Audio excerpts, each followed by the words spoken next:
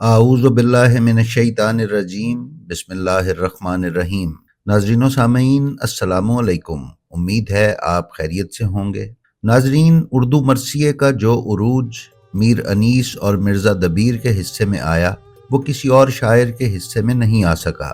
آنے والے ادوار میں جوش ملیحہ بادی نے مرثیے کو انقلابی قالب میں ڈھالا اور سوئی ہوئی قوم کو جگانے کے لیے استعمال کیا۔ اسی طرح آج ہم جس شاعر کا تعارف آپ کی خدمت میں پیش کر رہے ہیں، انہوں نے مرثیے کو ایک نئی شکل میں متعارف کروایا اور مرثیہ نو تصنیف یعنی نیا لکھا گیا مرثیہ یا جدید مرثیے کی داغ بیل ڈالی۔ آپ کے یہ نئے تصنیف شدہ مرثیے مقبولیت کے بام و عروج پر پہنچے اور ٹی وی اور عوام میں مرثیہ نو تصنیف ان کی پہچان بن گیا۔ جی، ہم بات کر رہے ہیں قیصر بارہوی صاحب کی۔ آئیے چلتے ہیں اور دیکھتے ہیں کہ قیصر بارہوی کے زندگی کے شب و روز کن اتار چڑھاؤ میں سے گزرے اور پیدائش سے انتقال تک انہوں نے شاعری اور زندگی کا سفر کیسے طے کیا۔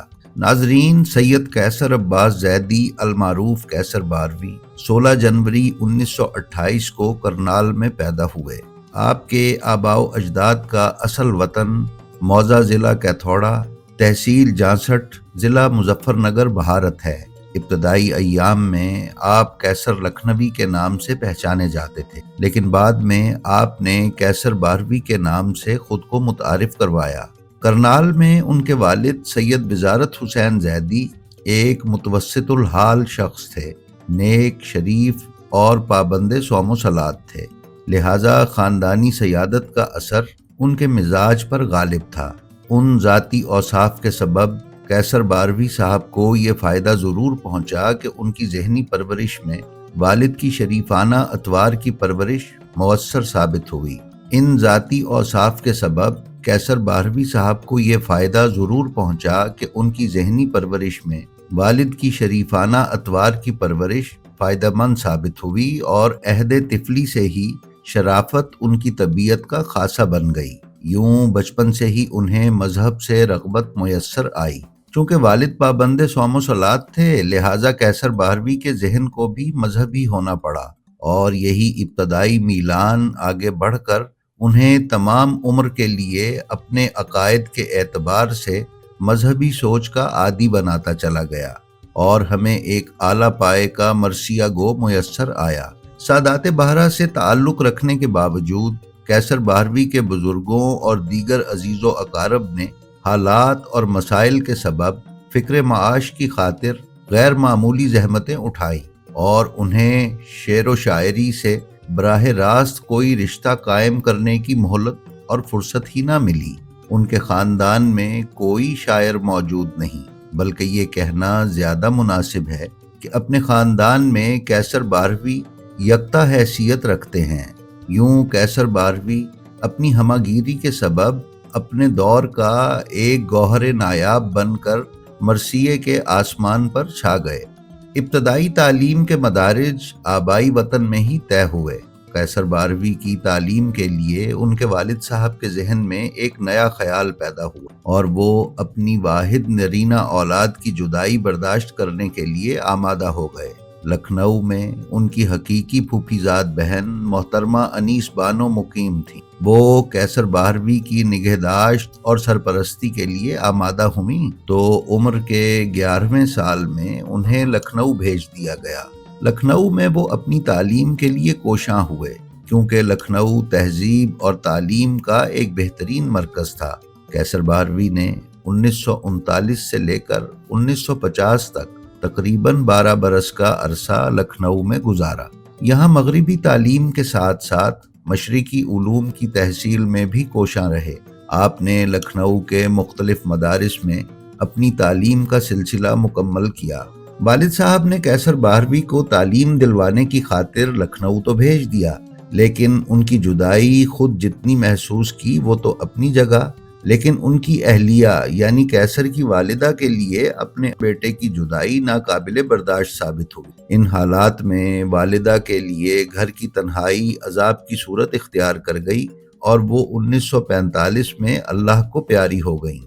کیسر باروی نے لکھنؤ میں ایک سے ایک استاد کی صحبت کا فیض اٹھایا۔ اپنی بہن کے ہاں قیام کے دوران مکمل 2 سال شاعری اور فن شاعری کی تعلیم کے حصول اور متواتر محنت میں بسر ہوئے۔ منع آغا آفتاب سے قربت نصیب ہوئی تو دینی علوم کی جانب بھی ذہن متوجہ ہوا۔ منع آغا مذہبی عالم تھے اور اپنے زمانے کے مقتدر صاحب علم گردانے جاتے تھے، جن کی صحبتوں نے کیسر صاحب کو بھی مذہبیت کے ایک گہرے رنگ میں رنگ دیا۔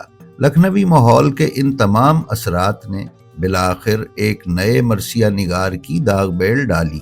لکھنؤ میں قیام کے دوران ان کی پھوپھی زاد بہن کے شوہر میر عبد الحسین، جن کے ہاں کیسر کا قیام تھا، لکھنؤ کے ایک بہت بڑے اور معروف تاجر کتب تھے۔ لکھنؤ بذات خود مرثیہ نگاروں کا مخزن و مصدر تھا۔ اپنے بہنوئی میر عبد الحسین مرحوم کے کتب خانے سے تعلق مسلسل 12 برس تک قائم نہ رہتا تو عین ممکن ہے کہ وہ تب بھی شاعر ہوتے، لیکن کسی اور صنف اور نوعیت کے شاعر ہوتے۔ ناظرین، قیام پاکستان کے بعد مئی 1950 میں کیسر باروی صاحب اپنے والد کے ساتھ پاکستان چلے آئے اور یہاں پنجاب کے ایک دور دراز شہر سرگودا میں بود و باش پر مجبور ہوئے۔ قدرت نے یہیں ان کے ذریعہ معاش کا انتظام کیا تھا، لیکن جوہر آباد، بھکر، لیا، قائد آباد وغیرہ میں بھی جا کر قیام کرنا پڑا۔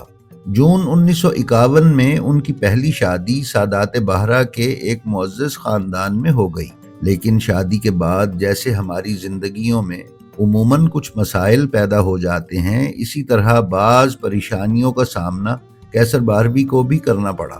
کیسر کے سسرالی خاندان کا تعلق 66 ضلع مظفر نگر یوپی انڈیا سے تھا۔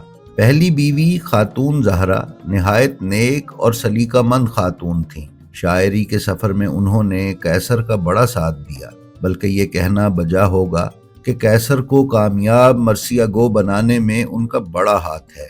سن 1967 میں کیسر باروی کے والد سید وزارت حسین زیدی کا انتقال ہو گیا۔ اس سے پہلے ماں کا انتقال ہو چکا تھا، لہٰذا باپ کی جدائی کے بعد ماں اور باپ دونوں کا دردناک صدمہ اپنی تمام شدتیں لے کر تازہ ہو گیا، لیکن اس غم کو کیسر نے غم حسین کے دریا کی موجوں میں ڈبو کر یک رنگ کر دیا، اور مسلسل صدمات نے ان کے مرثیہ کہنے کی استعداد اور رفتار کہیں سے کہیں پہنچا دی۔ ناظرین، کیسر باروی کی پہلی بیوی سے کوئی اولاد زندہ نہ رہی۔ کیسر صاحب نے اپنی سالی کی ایک 2 ماہ کی بچی لے کر اسے اپنی بیٹی بنا لیا۔ کیسر کی زوجہ نے اس بچی کو اپنی اولاد کی طرح پالا، لیکن ستمبر 1979 میں حرکت قلب بند ہو جانے کی وجہ سے کیسر کی یہ زوجہ انتقال کر گئیں۔ اس بچی کے جوان ہونے پر کیسر صاحب نے اس بچی کی شادی کر دی، لیکن اس کے بعد بالکل تنہا رہ گئے۔ اس پر ان کے عزیزوں اور رشتہ داروں نے انہیں دوسری شادی کے لیے آمادہ کیا، لہٰذا سادات بارہ کی ایک اور بستی بڈولی کے اعلیٰ خاندان میں ان کا دوسرا نکاح 1983 میں ہوا۔ ان محترمہ کا نام سیدہ خدیجہ بیگم بنت سید شمس الزماں ہے، جو اب بھی ماشاء اللہ حیات ہے۔ ناظرین، کیسر باروی 24 اگست 1999 کو کراچی میں مجلس پڑھ رہے تھے کہ آخری مجلس میں مرثیے کا ایک بند کچھ اس طرح پڑھا: ہے آج بھی شباب پہ آنکھوں کا آبشار، تیار کر رہا ہے جنوں موتیوں کا ہار۔ ہاں اے میرے خلوص کے مرکز مجھے پکار، تیرے بغیر گلشن ہستی ہے ناگوار۔